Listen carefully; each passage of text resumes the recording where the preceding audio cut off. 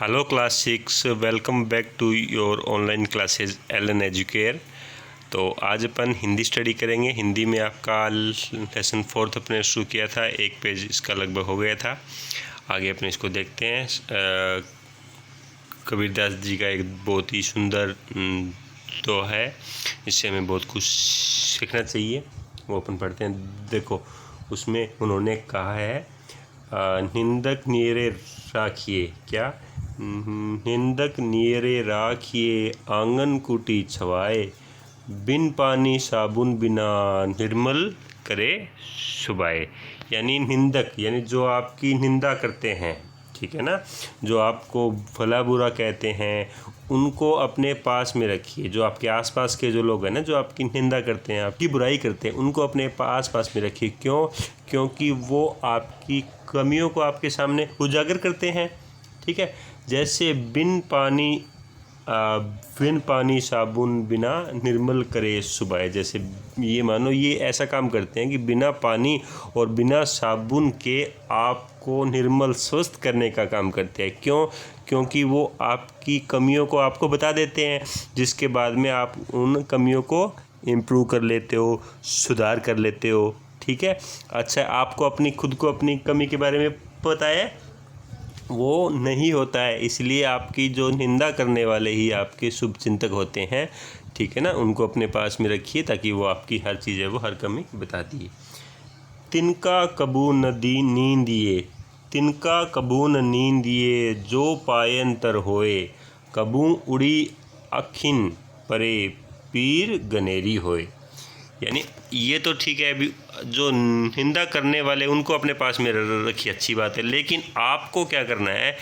तिनका कबून, यानी आपको कभी भी इवन एक छोटे से तिनके की भी निंदा नहीं करनी है। आपको नहीं करनी है किसी की भी निंदा। जो आपके पाँव के नीचे आ जाता है एक छोटा सा तिनका, उनकी भी निंदा नहीं करनी है। क्योंकि कबू उड़ी आखिन परे पीर गन, क्योंकि वो ही तिनका कभी उड़ के आपकी आंखों में गिर सकता है, जिससे पीर गनेरी हुई, आपको बहुत ज़्यादा पीड़ा हो सकती है। यानी आपने किसी की बुराई की बिना मतलब के, और वो आपको छोटे से तिनके की भी आपको बुराई नहीं करनी है, वो भी आपको परेशान कर सकता है। ठीक है ना। आपको किसी की निंदा नहीं करनी है। कोई आपकी निंदा करे, इससे आपको बिल्कुल नहीं घबराना है। अपने कबीरदास जी जो महात्मा थे, यदि उनका सिद्धांत सब मानते तो निंदा पीछे पीछे न की जाती। सच पूछा जाए तो निंदा का आनंद परोक्ष में ही होता है। कोई भी निंदक को सादर आमंत्रित करके यह नहीं चाहेगा कि निंदक द्वारा निंदा सुनकर वह अपने मन को निर्मल करे। कबीरदास जी तो तिनके की निंदा करने को बुरा समझते हैं, किंतु आजकल निंदा के क्षेत्र में नए क्षितिज छुए जा रहे हैं। निंदा करने के लिए तो लोग अपने पिता तक को नहीं छोड़ते। गुरुजी तो किसी की गिनती में नहीं रहे, यानी उनकी भी निंदा की जा रही है। एक विद्यार्थी उसके फेल होने का कारण पूछा तो वह बोला, हम तो परीक्षा दे आए, बाद में पिताजी को परीक्षकों के पास जाकर हमारे अंक बढ़वाने थे। ये उन्होंने नहीं किया। इसी का नतीजा यह है कि हम फेल हो गए। अब देखो, जिम्मेदार पिताजी हुए ना, हम उनके मुंह की तरफ देखते रह गए। देखिए, गलती खुद की, खुद एग्जाम में नहीं पढ़े, पढ़ाई नहीं की, उल्टा गलत काम किया, पिताजी को बोला और उनकी निंदा की जा रही है। एक घर में सास पूरे दिन के लिए गई हुई थी। एक घर में सास पूरे दिन के लिए गई हुई थी। किसी पड़ोसी को उससे कुछ लेना था। सास कभी किसी को कुछ दिया नहीं करती थी। उन्हें लेन देन पसंद नहीं था। पड़ोसन बहुत चतुर थी। उसने सास की निंदा करना प्रारंभ किया। बहू ऐसी रसमग्न हुई कि उसे चीज़ ही नहीं बल्कि उसे बहुत उपहार दिए, और बुराई सुनने में इतनी मग्न रही कि शाम तक कुछ खाना पीना भी ध्यान नहीं रहा। हमारे पड़ोसी भी मज़ेदार व्यक्ति हैं उन्हें आप सदैव परनिंदा में लीन पाएंगे। यदि परनिंदा यानी दूसरे की निंदा की कोई प्रतियोगिता हो तो वह कई पुरस्कार प्राप्त करें। किसी की प्रशंसा सुनना उनके लिए पाप है, यानी वो किसी की प्रशंसा सुनना पसंद नहीं करते हैं। अगर आप किसी की तारीफ़ करें तो वे तुरंत कहेंगे, अजी आज 4 पैसे हो गए तो बाबूजी बन गए, भूखे मरते थे। ठीक है ना, किसी की प्रशंसा भी आज उन्होंने बहुत अच्छा कर लिया तो वो ऐसे बोला आज 4 पैसे हो गए, पहले तो वो ऐसे करते थे वो करते थे। कई बार हमारे यहाँ से आटा मांग कर ले गए, इनकी बहन की बारात में बड़े फजीते पड़ जाते अगर हमारे पिताजी उन्हें रुपए उधार न देते, चाहे वो दो चाहे वो न दो, किसी को नीचा दिखाने के लिए वो कुछ भी कर सकते हैं ऐसे लोग। एक दिन मैं और वे एक कवि, ठीक है ना, वे कौन जिसकी यहाँ पे वो कवि मतलब बात कर रहे थे, वो दोनों एक कहाँ जा रहे थे, कवि सम्मेलन से आ रहे थे। वहाँ तो उन्होंने सबकी प्रशंसा की, वहाँ से निकलते ही उन्होंने सभी कवियों का अभिनंदन करना शुरू कर दिया। उनकी दृष्टि से कोई बहुत बनता था, किसी की आवाज़ रेंकने जैसी थी, किसी की सूरत अच्छी नहीं थी। उन्होंने जमकर सबकी निंदा की। मैं यह अनुभव कर रहा था जिस समय वे निंदा करने में मग्न थे, उन्हें ऐसा आनंद आ रहा था मानो जैसे बड़ी रकम की लॉटरी लग गई हो। ठीक है ना, जो लोग निंदा करते हैं उनको निंदा करने में बहुत ही आनंद आता है। उनकी बैठक एक प्रकार से परनिंदा भवन थी। शाम को अन्य निवेदक भी यहाँ पधारते थे। एक संगीत समारोह के संयोजक उनकी बैठक में आए।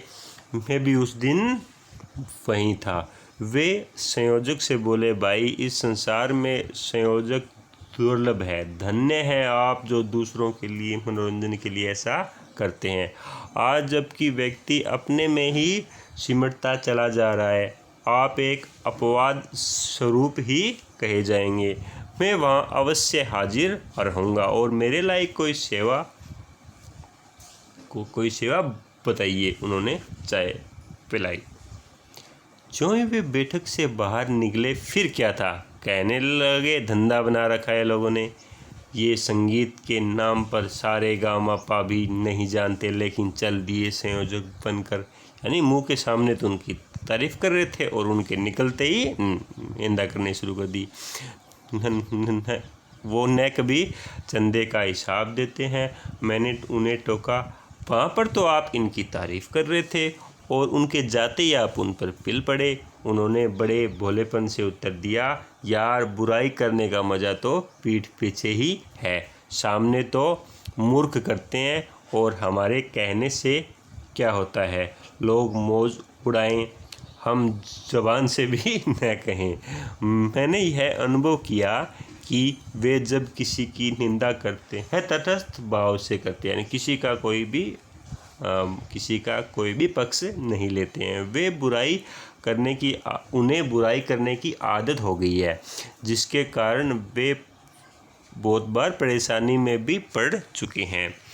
एक दिन ऐसा हुआ कि वे सार्वजनिक रूप से अपनी सास की निंदा कर रहे थे। वे इनसे कितने बिगाड़ कराती है उनकी सास, ठीक है। उनका कैसा चिड़चिड़ा स्वभाव है, कैसी लोभिन है, आदि आदि ऐसा कुछ वो अपनी सास के बारे में बोल रहे थे। किसी ने सही कहा है कि दीवारों के भी कान होते हैं। बैठक में सभी प्रकार के लोग जमते हैं। किसी ने उनकी श्रीमती जी से सब बातें कह दी, उनकी मैडम, उनकी मिसेस से ये सब बातें कह दी कि आपकी माँ के बारे में आपके पति ऐसा ऐसा बोल रहे थे। सुबह सुबह मेरे घर आए और परेशानी की हालत में बोले, भाई क्या बताऊं, ऐसी बुरी बात पड़ गई है।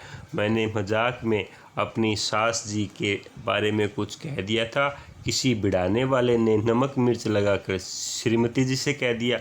कल दिन भर का खाना नहीं बना और अपना सामान भी पैक कर लिया है और मायके जाने की तैयारी कर रही है। उल्टा हो गया, उसके ऊपर पड़ गया। ठीक है भाई, तुम ही चलो इस मामले को समाप्त करवाओ। मैंने कहा यार आज पहली बार है, क्यों अपनी ज़ुबान पर काबू नहीं रखते हो? ये आज कोई पहली बार की बात नहीं, आपके सामने बहुत बार आते रहते, तो तुम अपनी ज़ुबान में काबू क्यों नहीं करते हो? मन बहलाने के और भी बहुत साधन हैं, क्यों दूसरों की निंदा करते हो? भाई मर्द का कोई मामला होता तो मैं चलता, मियाँ बीवी के झगड़े में मैं पढ़ूँ, इतने इतने बाल मेरे सिर में नहीं है। ठीक है ना, कहीं ऐसा झगड़ा हुआ, तेरी बीवी ने बाल फाड़ना शुरू किया तो मेरे सर पे इतने बाल है वो नहीं है। बहुत मिन्नतें करने पर मैं उनके साथ चला गया। श्रीमती जी के चेहरे पर ऐसी लाली थी जैसे जेठ के मास को दोपहर में सूर्य की होती है। ठीक है ना। मैंने कहा भाभी जी नमस्ते।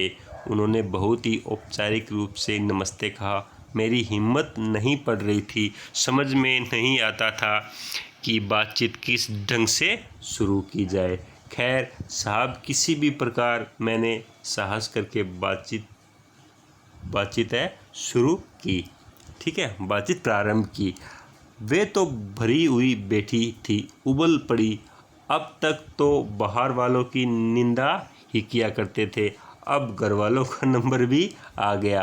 क्या कोई उनके माँ बाप की बुराई सुनेगा, और वह भी बिना किसी कारण के? भाई साहब, नित्य ही निंदा करने के कारण इनकी दुर्गति होती है, और ये हैं कि इस आदत को नहीं छोड़ते हैं।